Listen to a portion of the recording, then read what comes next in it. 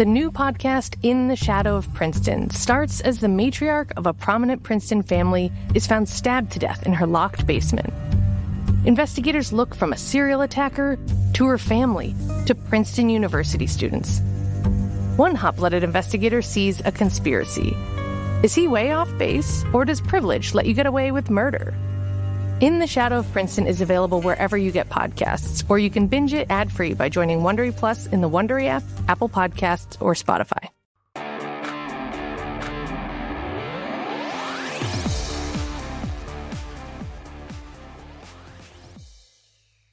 Hey Eagles fans, this is Chris Franklin from NJ Advanced Media, and welcome to the No-Huddle Show podcast, the show where we discuss all things related to the Philadelphia Eagles.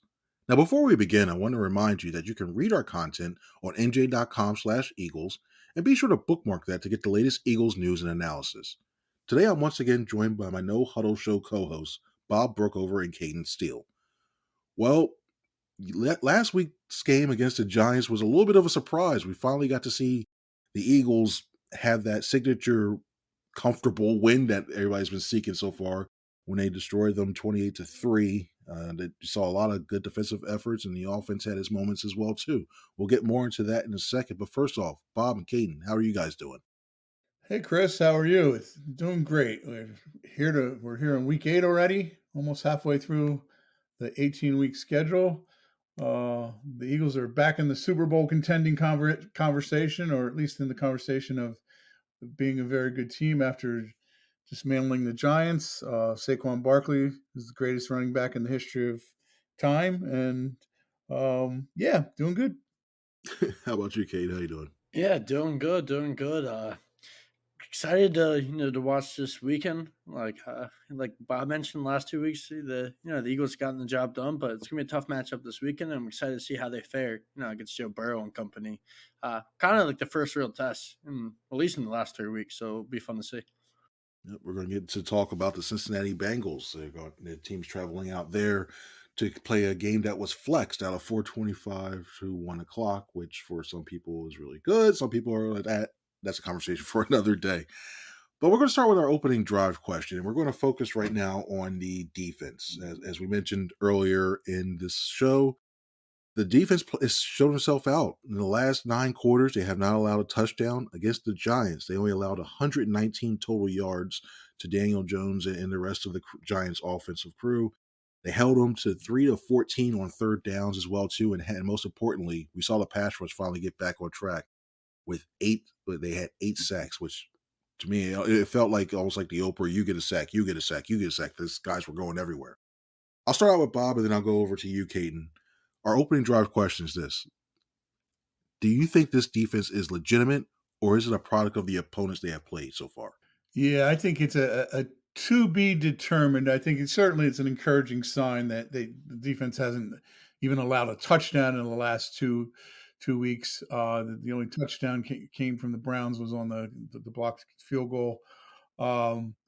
But let's just look at the Browns. It's a terrible offense. Deshaun Watson's terrible. It's about to get more terrible probably with Deshaun Watson out for the season.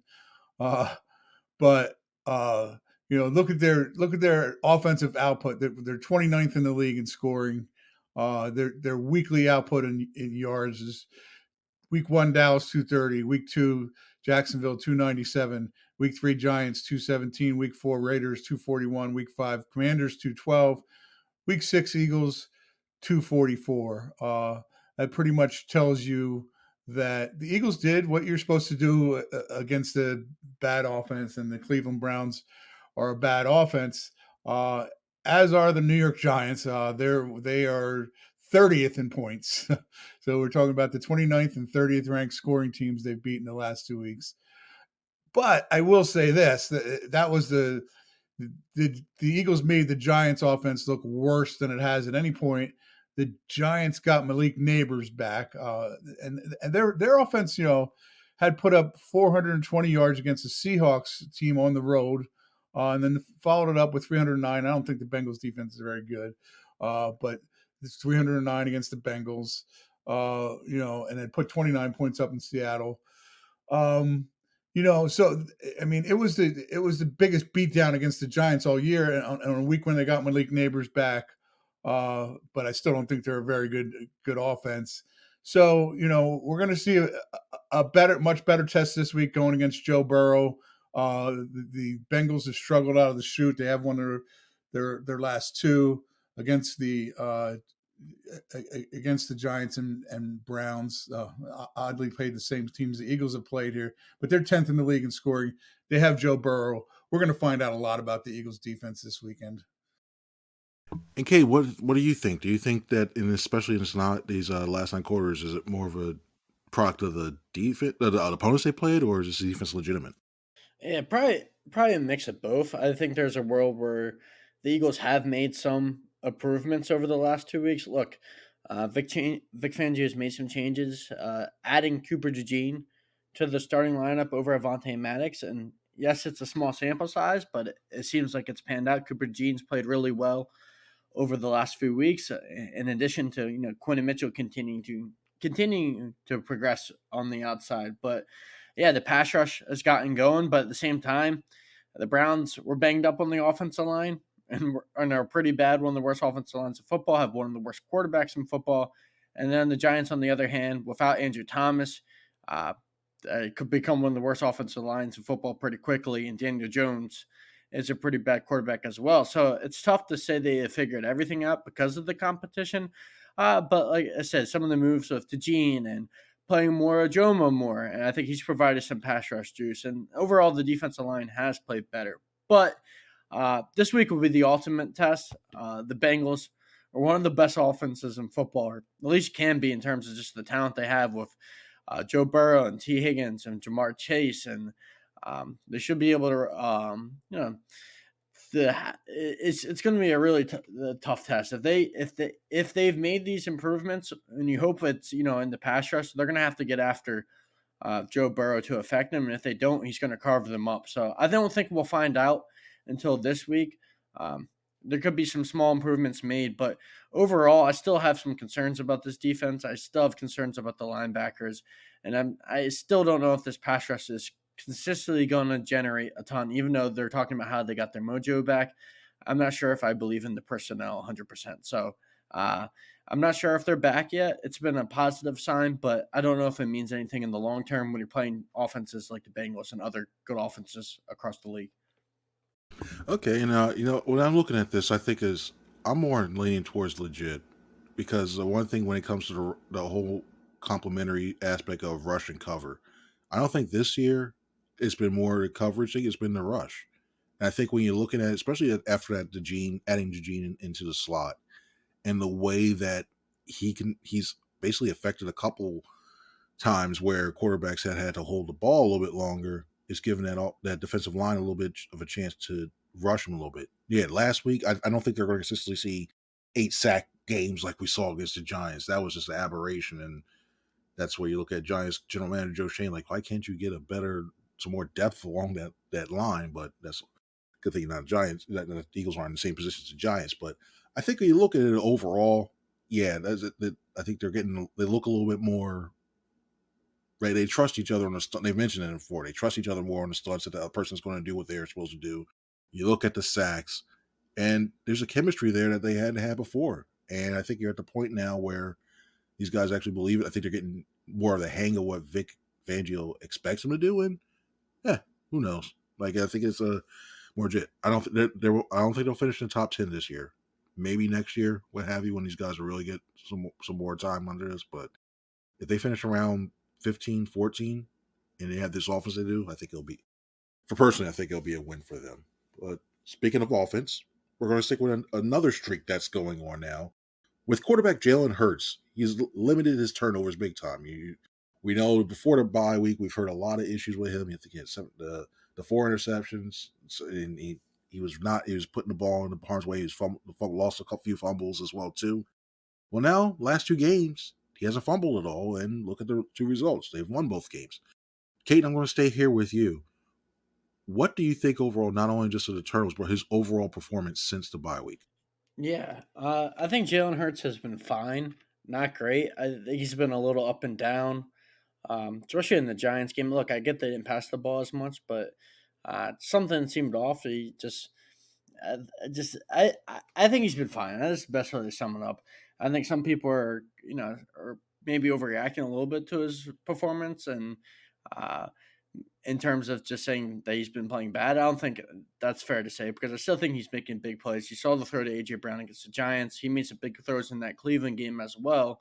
But at the same time, it hasn't been consistent. Not only, you know, the last 2 weeks, but even before the bye week, take out the turnovers, his play's been just overall, just very inconsistent this year, and it was at the end of last year as well. And I think that's the thing about Jalen Hurts is, I think there's been some good moments, some bad moments. I'm not really sure, what he is as a quarterback anymore. I mean, a couple of years ago, I thought I knew, but yeah, it's been a weird year. I think it's been up and down the last 2 weeks, but he's made enough plays to win, and that's all that matters right now. But he's going to have to play better against Cincinnati to outduel Joe Burrow. So Bob, what do you think? What do you think of his play since the bye week?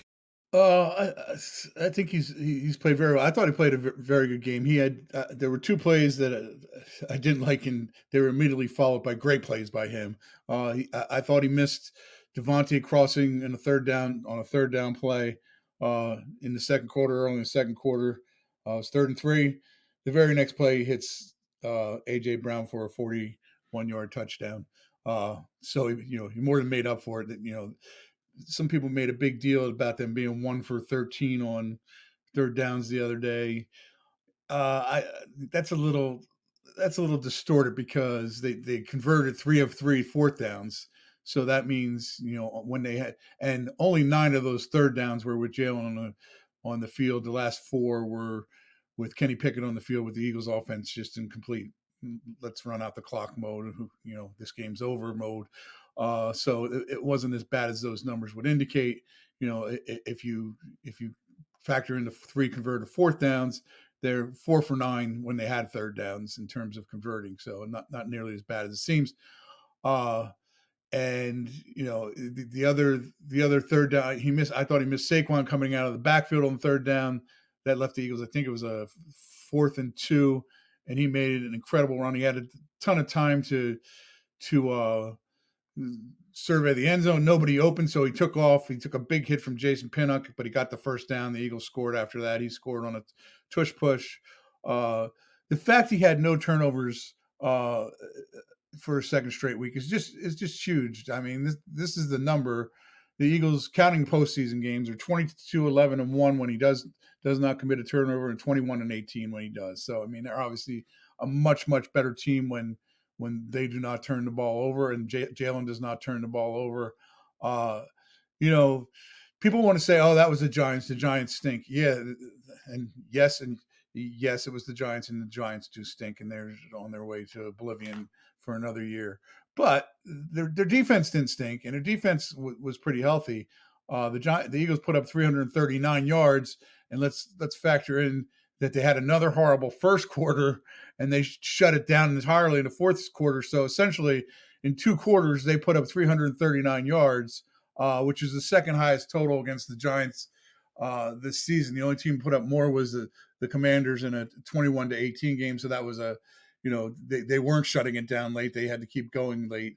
To do it, and especially do what they did, with this running game, with the Saquon feature of this, it's just going to make Jalen a better quarterback because it's going to make his life easier. So if you factor him not turning the ball over, what they can do with the running game, I think there's a lot of reasons to be excited about this Eagles offense going forward. All right, cool. Now we're going to turn our attention to the Cincinnati Bengals, who the Eagles are playing at Paycor Stadium on Sunday afternoon. The one thing, the Bengals are definitely an offensive team. They're offensive-led team. When you look at their numbers so far heading into this game, they're 14th. They're 14th overall in offense of 331 yards per game. But it's not because of the rushing. It's not because of the rushing for sure. That's for sure. They're tied for 28th at 94, averaging 94 yards per the ground. It's Joe Burrow and these wide receivers, Jamar Chase and T. Higgins, helping to lead the way. They're averaging 237 yards a game, which is the 8th best passing offense in this league. Bob, I'll stay with you in terms of this one. How do you think this defense fares against Burrow and and Chase and Higgins, and how do you stop them? Yeah, I mean it's a tough assignment, and like I said earlier, this is a true test for the Eagles defense to see whether those two games against the Browns and Giants were an aberration or a sign of things to come. Um, you know, say what you will about the Bengals, they can put up points. They they had a 3-game stretch there. They put up 33, lost to the Commanders because their defense stinks. 34 against the Panthers, which is a big number, bad team.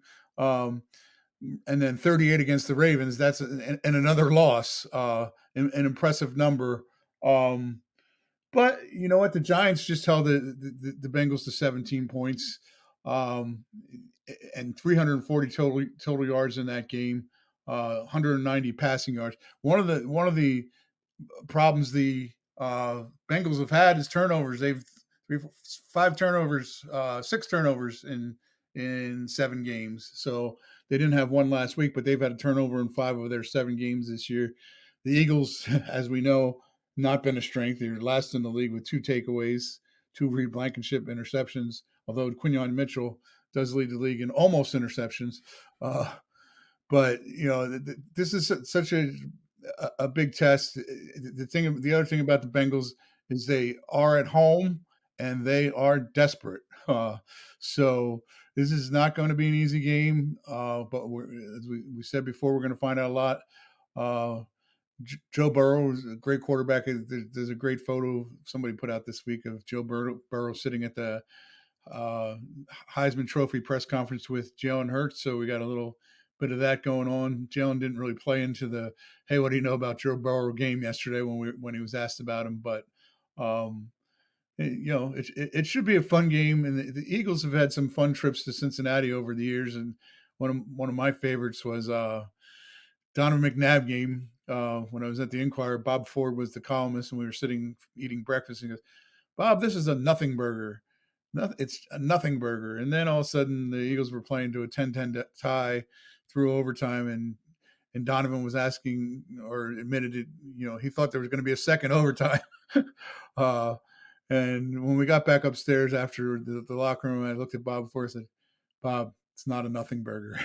So the Eagles recovered from that tie. The Bengals weren't a very good team at that time, but the Eagles recovered from that tie and almost made it back to the Super Bowl. They got to the NFC Championship game that year. And I'm going on about nothing to do with what you asked me, Chris, but we're not in the 2-minute drill, so it doesn't matter. I can take as long as I want on this drive. I might call delay a game. I don't know. That's kidding. No, I'm punting to Cayden. Oh gosh, no. But yeah, it's I remember that happened. I just watching that game. I was like, what the heck is going on? Like, at least I knew it was like, how's NFL players not know there's a tie? But that's a whole other. I think two of the last 3 meetings between the Eagles and Bengals have been ties. Yes, it's not that. And I hope that trend does not continue, because then later on in the year you're starting to try to figure out the tiebreaker scenarios, and it's a tie, and now it's almost like that basketball skit where you look at the scene for basketball where now it's a tie. If they win 3 or 4, they need the Western team. Let's all stay away from tie. Let's have it be a clear-cut decision either way this time. And yeah, two of the last 4 have been ties. The last meeting was a tie in Philadelphia, 23-23 in 2020. But the other 2 games, the two games sandwiched in between were both blowouts. One for the Bengals in Philadelphia, and one for the Bengals in Cincinnati, and one for the Eagles in Philadelphia. So hopefully we'll see something, not a tie. I'm with you. No ties. Yeah, no, please don't have that. But I know something that won't be in a tie. The RPO section of our show. That way we know it definitely is not being a tie. Nobody's going to happen on that. And now is the time where, if it's the first time listening into this, well, first of all, thank you for continuing to listen to us. I'll read what's going to happen in this segment is I'll read them a statement, both Bob and Cayden, and if either one agrees with the statement I read, they'll run with it and explain why. If they don't agree with it, they'll pass it, and then they'll explain why. So here we go. I'll go with Cayden to start on this one here. Cayden, Devontae Smith will have at least 7 targets on Sunday, and you know why I'm asking this question. So, Cayden, run or pass? I'll run with it. I think we've seen in the past when Devontae has been not involved in the offense, the Eagles have always done a good job of the next week or the following week to make sure that he's heavily involved. I know Kellen Moore talked about how, sometimes goofy things happen. And look, they didn't throw the ball a ton against the Giants. And at the end of the day, AJ Brown is the number one weapon. And if there is a game where the passing targets are really low, he's gonna be the guy that gets the fed the most, and everyone else is gonna kind of be left out. But I don't think they could play that way to beat the Bengals again. I don't think they can run out the clock, because I think this is going to be a shootout. So there's going to have to be, a lot of different guys involved in the passing game. They're going to have to spread the ball a lot. And I think Devontae Smith will get about 7. Maybe it's a little bit under at the end of the day, but I think around 7. So I'm gonna run with it for now, and I think he's going to put up bigger numbers. And I think both Devontae Smith and AJ Brown are going to have to have big games, to beat the Bengals here. What do you think, Bob? Devontae Smith has at least 7 targets. You running or you passing? I'm going to run with it as well for this reason. 30 of the 56 games he's been targeted in his career, he's had 7 or more targets. And also for this reason, the last time he had 0 yards or 0 or negative yards, which this was only the second time in his career that's happened, was on opening day in 2022 against the Lions, which is pretty amazing. And I was covering the Giants at the time, so I didn't really watch that game, but it's pretty amazing that he had 0 receiving yards in a game where the Eagles put up 35 points, or 38 points. I'm sorry, 38 points. But he came back the next week, and they went to him against Minnesota. They went to him 7 times for 80 yards. So yeah, that's not going to happen again. It will be interesting to see how the Eagles try to beat the Bengals. And I agree with this. You kept both Kellen Moore and Nick Sirianni said this. They were asked, "Oh, are you a running team now? Are you a running team now?" If you do what you did with the Giants, and no, they're not. They're, and this is true of every NFL team. You do what you think is best for that week to try to beat a team, and a heavy dose of AJ and Devontae could definitely be in store for the Bengals. So yeah, I'm going to run with it. I remember that Lions game, and it was a lot of AJ, because his first thing is a lot of AJ. I think he had over 100 yards, that in the game. And then Dallas Goedert had a couple things for 60, and then it was like, where's Devontae? And I remember at the time, oh no, Devontae Smith's out of the offense. They're not going to use. Yeah, turned out he was a pretty important part of that offense still. But yeah, it's crazy. I'll agree with you guys there. I think it's going to be that they're going to still want to keep him involved. I think just overall with the way the matchups are going to go, I think Cam Taylor-Britt might go more towards AJ's side. So I think Devontae Smith can take advantage of it. That secondary for the Bengals, I think if the Eagles give Jalen Hurts time to throw, yeah, I think they'll be able to put up a lot of points in there. So that happens. Bob, I'll stay with you on this one here, Bob. Quinyon Mitchell will get his first interception against the Bengals. Run or pass? I'm going to pass because, there's interceptions are tough to come by, but he might pull his hair out if he doesn't get one, because you can see how frustrated he is after these last 2 games. He's had opportunities, and you can see how frustrated he is that he hasn't gotten one yet. They're going to come. I just can't predict that he's going to get one in a given game.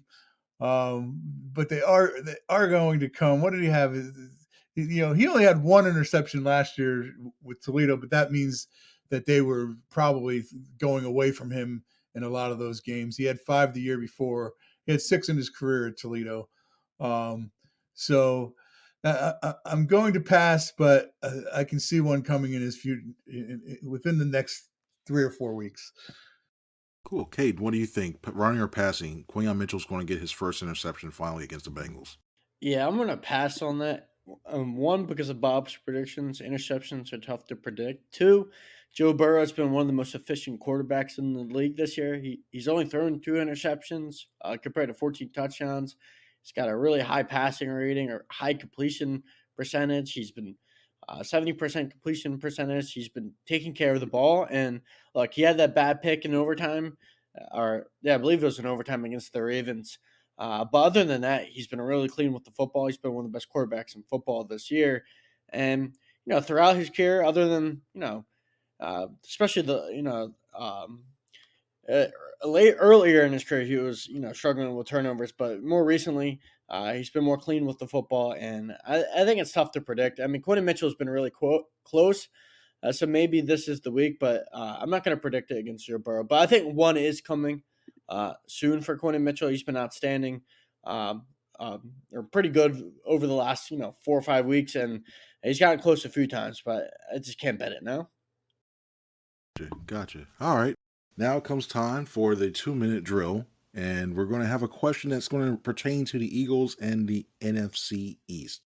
When you look at the standings right now, the Washington Commanders are at the top of it now with a 5-2 record, and the Eagles are now right behind them. The Eagles had up their bye week already, so they have 4-2 record just behind the Commanders. And the biggest story that came out, one of the biggest stories that came out of last week's game was the injury to Commanders quarterback Jayden Daniels, who sustained a rib injury that Commanders head coach Dan Quinn said would keep him week to week. So I'll start with Cayden. I'll start with you on this one. Oh, no flip of a You coin have again 2 minutes this to week. do with this. No flip of a coin again this week. All right. Yeah, that's bypassed. It's out. Yeah, I'm done. I want to say it's done. Right. Rules changing every week. It's okay. Yeah, we try. We try. It's all right. You try. So, Cayden, here we go. I'll be quiet now. You like Smokey for Friday? When he's here, I won't talk. When he leave, I'll be quiet again. Anywho, Cayden, your question is this. The question is this for both of you guys. With Jayden Daniels out with that rib injury, do you think the Eagles will overtake the Commanders in the standings within the next 3 weeks? Your time starts now. Yeah, I think it's very possible. I'll lean yes. They're game or right now you're 4-2. You're a game behind with counting the bye week, but I think they'll end up catching him. This week if he's out, I expect him to lose to the Bears with Kalen Williams because of that defense. Then they'll have to play the Steelers in a couple of weeks, and even if Jayden Daniels is back by then, that's a tough matchup for them on defense. The Steelers are outstanding, and the offense with Russ looked a little rejuvenated last week, and the Commanders' defense isn't very good, so I could see them losing that game as well. So in the next 3 weeks, I really, really expect them to win one of their 3 games. They play the Giants on November 3rd in 2 weeks, and if Mariota has to play in that game, I think they could beat the Giants. But you look at the Eagles' schedule, I'm not sure how I feel about the Cincinnati game. I think they could easily lose this game on Sunday.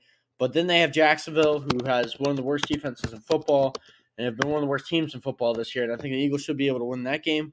And then they go down to Dallas, who's been one of the most disappointing teams in the league this season. I know it's at home, but Dallas hasn't been the same team, Jerry Rowe, as they have been in past years. Losing to the Ravens at home this year, losing to the Lions at home, losing to the Saints at home. They just haven't been a very good football team. So I expect the Eagles to win 2 of their next 3 games, and I expect Washington to drop 1 or 2 of their next 3. So I think by that account, they'll leap Washington, but none of it really matters until they play Washington in the regular season. Whoever wins those 2 games, I think ultimately wins the NFC East.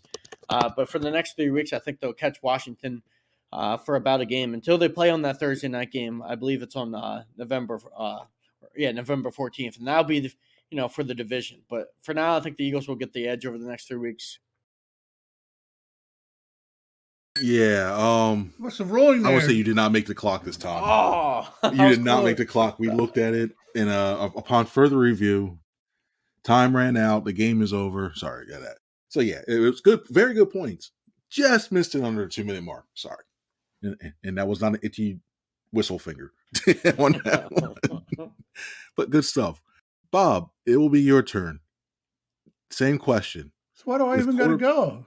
Yeah, it was a tie game. This game doesn't end in ties. All right. Tell me when. It doesn't end in ties. It doesn't do that. Tell me when. Well, everybody wins. Oh, okay. Or if it's softest, win. There you go.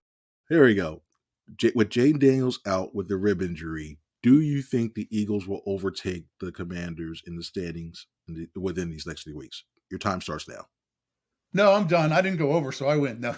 Jeez. No. Just a little joke. No taking knees. Just a little joke to start off. Should work in my favor. I'm not sure, and here's why: because it's an interesting situation for the Eagles. Because Marcus Mariota, I don't want to make the same points that Cayden made. He made some excellent points, but Marcus Mariota played his butt off against the, admittedly, the horrible Carolina Panthers. But he was 18 for 23, 205 yards, 2 touchdowns, ran 11 times for 34 yards. He played had a 132.8 passer rating. He played really well in that game. So why can't he beat the Bears? I mean, the Bears are a decent team, but they're not world beaters. And the games at the Commanders. The point that a lot of this is going to be decided going head to head when the Eagles and Commanders play, which is the first time is in a couple weeks on that Thursday night, a few weeks right before Thanksgiving, a little bit before Thanksgiving. But that's that, and then they play again later in the season. It's pretty clear that they are the two teams in the NFC East. I can see the Cowboys really fading and having a bad year now. That they're going to be the two teams. I also don't think Jayden Daniels is going to be down that long. Rib injuries for quarterbacks. I don't know how bad this one is, but I can remember Donovan McNabb coming back. I can see him putting on a protector and playing in 2 weeks, and not missing that much time. It's going to come down to these two teams, but I'm not going to positive that the Eagles are going to be ahead of the Commanders when they meet for the first time this season. It should be an interesting matchup, but there's my answer. And I think I got some time left on the clock. 4 seconds to be exact. Bravo. You got it all under. So congratulations. You didn't get whistled, but just because for the heck of it. I feel comfortable now. I feel better. I don't know. Well, that's it for the regular stuff. We're now heading to overtime, where I'm going to ask these guys a question that sometimes off the wall, sometimes that's a little thing, sometimes that's relevant to what's going on, but it's usually a little lighter than what we've just talked about. So, Bob, starting with you, since there's no flip of a coin, if you want to do the college back and forth overtime, it starts with you. Haha, there you go. When it comes to Cincinnati, it's known for its skyline chili, where you get the spaghetti, the chili, onions, other stuff. I've seen variations, what have you. Yeah, that's their signature thing. Philadelphia has cheesesteaks that's what it's known for. So I'm going to ask you, which NFL city has the best signature food and which one has the worst? Which one has the worst? I'm going to go with, and New York's a tough call because they go with both pizza and hot dogs, but uh, like pizza is good. There's a lot of good places that have pizza, so I think that's especially for a big city. That's a weak one to have pizza. And I've had pizza in better places than New York City. And their other one is the Nathan's hot dog. Come on, man, it's a hot dog. You know, you can't have your hot dog be your signature food. Uh, I will say this: the best signature food is also not the Skyline Chili in Cincinnati. I've always been a big fan, and some people aren't. Um, this is a different kind of pizza. When I said I've had good pizza, the deep dish pizza in Chicago, you walk out of there. There's some places, a couple places in Chicago I really like. Gino's East is one of them. You walk out, you are full. You feel like you've had a good meal. So I'm a big fan of the deep dish pizza in Chicago. Good answer. You stole my answer. Thanks. And in terms of that one too, Cayden, for you, what NFL city has the best signature food and which one has the worst? Yeah, the best one, in my opinion, is I think it's underrated. I've only been one time, but I've been to Nashville. Nashville hot chicken, whether it's on a sandwich or not a sandwich. Like I love I love me some Nashville hot chicken. So I'll go that as my top pick. The worst one, I'm not 100% sure. I really don't necessarily have an answer for that. I feel like I haven't been into enough cities to like say a place has been awful or this food would be awful for in terms of just NFL cities. But for one, my definite winner is Nashville hot chicken because it's incredible. Chris, I'll change my best so you can have Chicago deep. No, I got one. I just thought of this one. You're not going to say this one anyway, and it's not really a city. It's a small city, Clearwater. The Grouper sandwich, for burgers, the Grouper burger in Clearwater. I Jones for them. I must admit, as a guy who covered baseball for 20-something years and went to many spring trainings, there are times like when I don't cover baseball now, like, wow, I'd like to just go to Clearwater and have one grouper burger. That'd make me very happy. But anyway, go ahead. I hope I didn't steal your other one too. No. That's cool. No, I was thinking the best hat so far is Kansas City barbecue, Yeah, especially that's from cool. Joe's. That thing is really I've only been to Kansas City once in my life, so it's like, and I don't think I had the barbecue. There's a place in San Diego actually called Kansas City Barbecue. I think of the whole thing. I don't know if it's still there. It was there years ago, but it used to be like it was the place where they filmed the. Did you ever see Top Gun when they sing "You Lost That Loving Feeling"? yeah. They filmed that in that bar there. But yeah, that's a great answer. Well, I like because when it comes to the burnt ends, I remember the line sneaking around when it was last year when the Eagles were playing the Chiefs in there. The line was sneaking around there, and it literally took like an hour and a half to get to put your order in because the line was snaked around that long. But it was when you got there, it was so good. It was completely worth it to the point where I'm like, all right, do I contemplate getting some sent there because they do ship it out? So I was like, all right, that Kansas City barbecue that is really good. If you like barbecue, you should sometime, if you're ever next time you're in Miami, Fort Lauderdale, or in Fort Lauderdale on Highway 1, a place called Tom Jenkins. It's a barbecue place right on 1. It's not open on Sundays because they're going praying, and it's not open on Mondays because they're going fishing.